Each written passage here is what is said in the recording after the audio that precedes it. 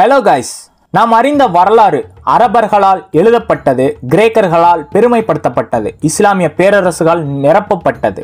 ஆனாலும் இந்த வரலாற்றுக்கு முன்பே இந்த உலகின் ஒரு பேரரசு தான் எழுந்தது. ஒரு நாகரிகத்தின் ஒளியை உலகமெங்கும் பரப்பிய பேரரசு தான் பாரசீகர்கள். இவர்கள் யார்? இவர்கள் தான் இன்றைய ஈரான் நாட்டின் முன்னோர்கள் என்றும் ஆரியர்களின் வழிமுறையில் வந்தவர்கள் என்றும் தம்முடைய ஜொராஸ்ட்ரிசம் மதத்துடன் ஒளி, சுத்தம், நேர்மை ஆகியவற்றை வணங்கியவர்கள் என்றும் சொல்லப்படுகிறது. இவர்கள் கட்டிய பேரரசு காலத்தால் அழிக்க முடியாததாக இருந்ததென்றும் இந்தியாவிலிருந்து கிரேக்கம் வரை பரந்த மக்கள் பலரும் மதிக்கும் ஒரு சக்தி மிக்க யுக்தியுடன் ஆட்சி செய்தார்கள் என்றும் சொல்லப்படுகிறது.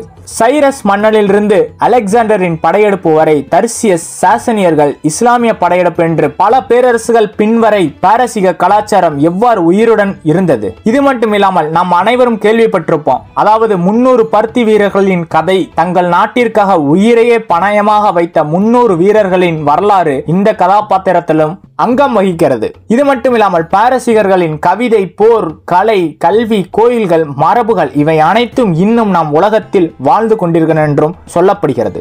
பாரசீக பேரரசின் மறைக்கப்பட்ட வரலாற்றின் பயணம் என்பது அது வெறும் வரலாறு அல்ல, அது ஒரு நாகரிகம் என்றும் நம்பப்படுகிறது. சோ இந்த வீடியோ பாரசீகர்களின் வரலாற்றை பற்றி பேச போகுது. வணக்கம் மக்களே, இது உங்கள் டேடியூப் யூடியூப் சேனல். இன்று பாரசீகர்களின் வரலாற்றின் பக்கங்களை திருப்பி பார்க்கும் ஒரு பயணமா இருக்க போகுது. சோ மறக்காம இந்த வீடியோவை உங்க ஃப்ரெண்ட்ஸ் அண்ட் ஃபேமிலிக்கு ஷேர் பண்ணிடுங்க. புது வியூவர்ஸ் நம்ம சேனலை இன்னும் சப்ஸ்கிரைப் பண்ணாம இருந்தீங்கன்னா மறக்காம சப்ஸ்கிரைப் பண்ணி பக்கத்துல இருக்க பெல் ஐகானை பிரஸ் பண்ணிடுங்க. அப்பதான் நம்ம போற புது வீடியோஸ் உங்களுக்கு கரெக்ட் டைம்ல நோட்டிஃபை ஆகும்.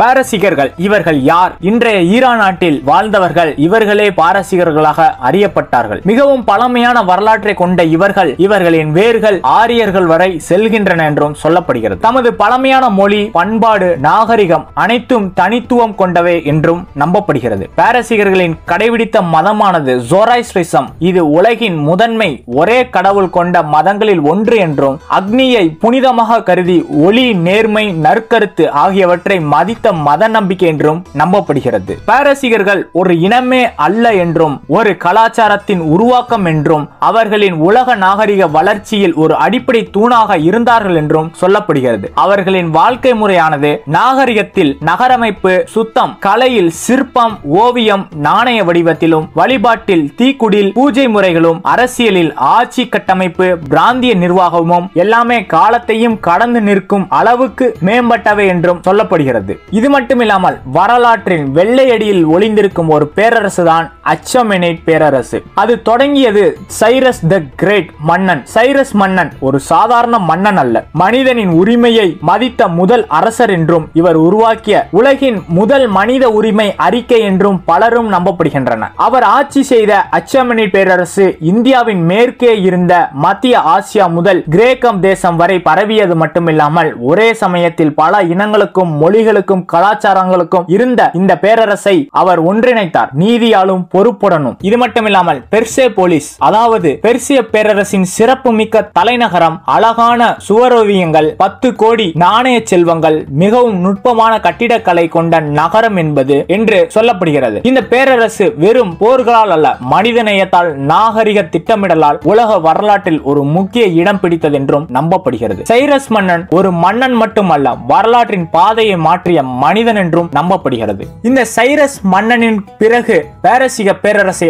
ஆட்சி செய்தவர் தான் டேரியஸ் த கிரேட். ஒரு போர் வீரன் மட்டுமல்ல, ஒரு நிர்வாக மேதையாகவும் இருந்தார் என்றும் சொல்லப்படுகிறது. அவர் பேரரசை நிர்வாக ரீதியில் பிரித்தார் என்றும் ஒவ்வொரு மாகாணத்துக்கும் தனி சாட்ராப் எனும் ஆளுநர்கள் நியமிக்கப்பட்டார்கள் என்றும் தனிச்சிறப்பு என்னவென்றால் டாக்ஸ் வசூல், சட்டம், கடித தொடர்பு எல்லாம் திட்டமிட்டு கட்டமைக்கப்பட்டது என்றும் சொல்லப்படுகிறது. டேரியஸ் ஒரு அஞ்சல் சேவை முறையை உருவாக்கினார் என்றும் பாரசீக ரோயல் ரோட் அக்காலத்திலேயே பர்சியாவிலிருந்து மத்திய ஏசியா வரை செல்லும் வேகமான சாலை அமைத்தார் என்றும் சொல்லப்படுகிறது. ஆனால் அவருடைய மனிதநேயம் குறிப்பிடத்தக்கது. அவர் யூதர்களை மீண்டும் ஜெருசலமுக்கு அனுப்பினார். அவர்கள் அழிக்கப்பட்டிருந்த தேவாலயத்தை மீண்டும் கட்ட அவர் அனுமதித்தார். ஆனால் அமைதியை அவர் வாழ்க்கையின் முழுமை அல்ல. அவர் காலத்தில் டெர்மோபிலே போர் நடந்தது. பாரசீக படைகள் கிரேக்க ஸ்பார்டன்ஸுடன் நேரடியாக மோதினர்.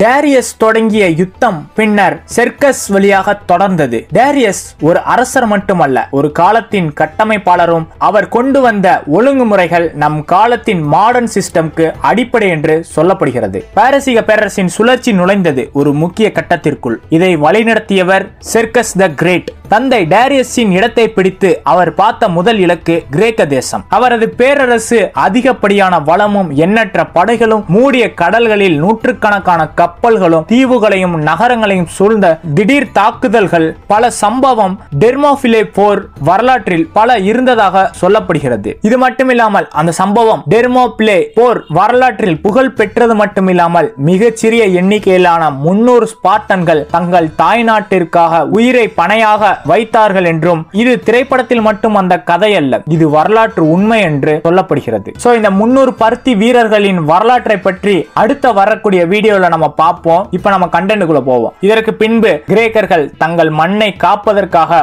ஒருங்கிணைந்தனர், போராடினர், எதிர்த்தனர். அந்த எதிர்ப்பே பாரசீக பேரரசுக்கு ஒரு தொடக்க வீழ்ச்சியை ஏற்படுத்தியது. அதிகப்படியான பெருமை, அதிகப்படியான ஆட்சி விருப்பம் அவை புயலாகவே மாறின.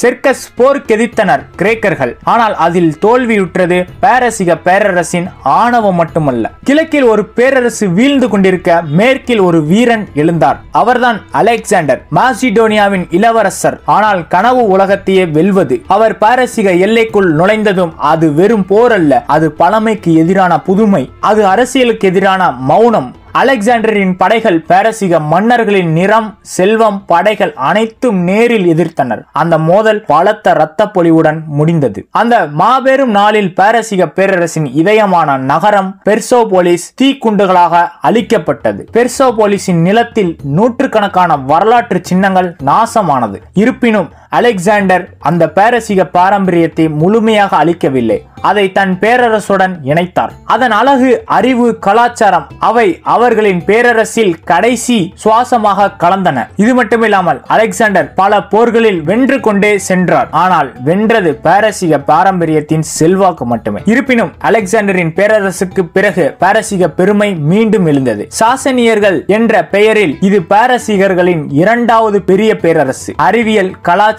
மற்றும் போர் வல்லமை ஒன்றிணைந்த ஒரு மாபெரும் சக்தி. ரோம பேரரசுடன் இவர்கள் பல போர்களில் மோதினார்கள். படைகளின் சக்தியும் நுண்ணறிவும் போர் தந்திரமும் வரலாற்றில் பேசப்படும் அளவுக்கு இருந்தது. இவர்கள் காலத்தில் இருந்த மன்னர்கள் ஷஹபு ரோமை படையெடுத்த வீரன் என்றும் சொல்லப்பட்டது. குஸ்ரு அறிவியல், கல்வியில் முன்னேற்றம் தேடியவர் என்றும், ஹோர்மஸ்த் நீதியின் அங்கமாக விளங்கியவர் என்றும் சொல்லப்பட்டது. இவர்கள் ஆட்சியில் கல்வி வளர்ச்சி, மருத்துவ மையங்கள், மத பாரம்பரியங்கள் ஆகியவை மலர்ந்தன. இவை அனைத்தும் இஸ்லாமிய வரலாற்றுக்கு மேல் தாக்கம் ஏற்படுத்தின. இதற்கு பின்பு 7ஆம் நூற்றாண்டு மத்திய கிழக்கில் ஒரு புதிய சக்தி எழுந்தது. அதுதான் இஸ்லாம்.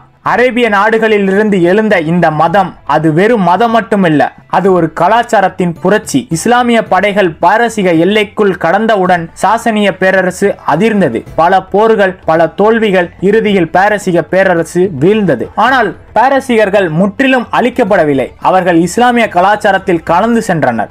அவர்கள் அறிவும் கலையும் மொழியும் அரபி மொழி இஸ்லாமிய தத்துவத்தில் இணைந்தன. அவர்கள் பழைய மதம் ஜோராஸ்ட்ரிசம் நீண்ட நாள் நீடிக்கவில்லை. அதன் ஒளி மங்கியது. ஆனால் அந்த ஒளியின் செல்வாக்கு இன்றும் பாரசீக கலை நடைமுறை விழாக்களில் உயிருடன் உள்ளது. இருப்பினும் பேரரசுகள் வீழ்ந்துவிட்டன, ஆட்சி மாறிவிட்டது. ஆனால் பாரசீக கலாச்சாரம் அது மட்டும் நிலைத்திருந்தது. கலை, கதை சொல்லல், கவிதை இவை அனைத்திலும் பாரசீகர்கள் தங்களின் தனித்துவத்தை நிரூபித்தனர். ஃபிர்தௌசி என்ற காவிய கலைஞன் எழுதிய ஷாநாமா பாரசீகர் மன்னர்களின் வரலாறு, வீரர்களின் கதைகள், மனிதம் மற்றும் நெறிமுறைகளை இணைந்த ஒரு மெகா மிதிகள் ஹிஸ்டரி காவியம் என்று சொல்லப்பட்டது.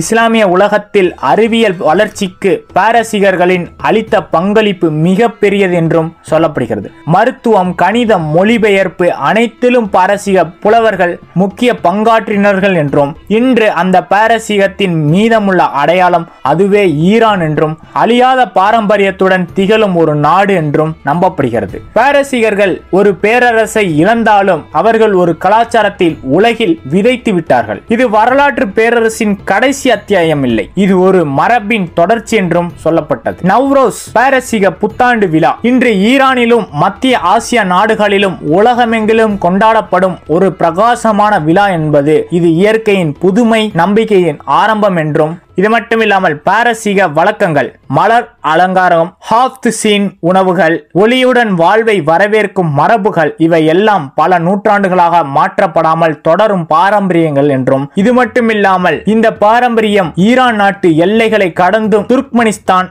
ஆப்கானிஸ்தான், இந்தியா, பாகிஸ்தான் மட்டுமல்ல ஐரோப்பா, அமெரிக்கா வரை பாரசீக மரபுகள் மாற்றமடைந்த வடிவில் தொடர்கிறது. இது மட்டுமில்லாமல் நாகரிகம், நேர்மை, ஒளி, நம்பிக்கை இவை எல்லாம் இன்னும் உயிருடன் இருப்பதாக சொல்லப்படுகிறது.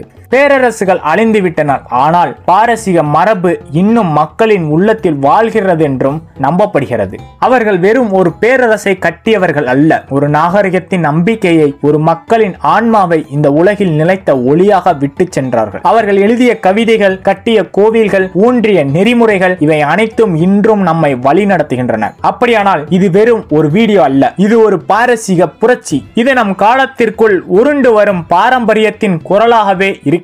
இன்னும் வரும் பல நூற்றாண்டுகளிலும் இந்த பாரசீகர்களின் வரலாறு இனியும் தொடரும் என்று இந்த வீடியோவை நான் இதோட முடிச்சுக்கலாம் நினைக்கிறேன். இந்த வீடியோல குறிப்பிட்ட பாரசீக வரலாற்றை பற்றி நீங்க என்ன நினைக்கிறீங்க, வேற எதை பத்திலாம் பேசலாம்னு கீழே கமெண்ட் பாக்ஸ்ல கமெண்ட் பண்ணிடுங்க. அப்படியே நம்ம சேனலை இன்னும் சப்ஸ்கிரைப் பண்ணாம இருந்தீங்கன்னா மறக்காம சப்ஸ்கிரைப் பண்ணிடுங்க. அப்படியே இந்த வீடியோக்கு ஒரு லைக் போட்டு உங்க ஃப்ரெண்ட்ஸ் அண்ட் ஃபேமிலிக்கு ஷேர் பண்ணிடுங்க. அடுத்த ஒரு சூப்பரான வீடியோல சந்திப்போம். Tata, bye bye and take care.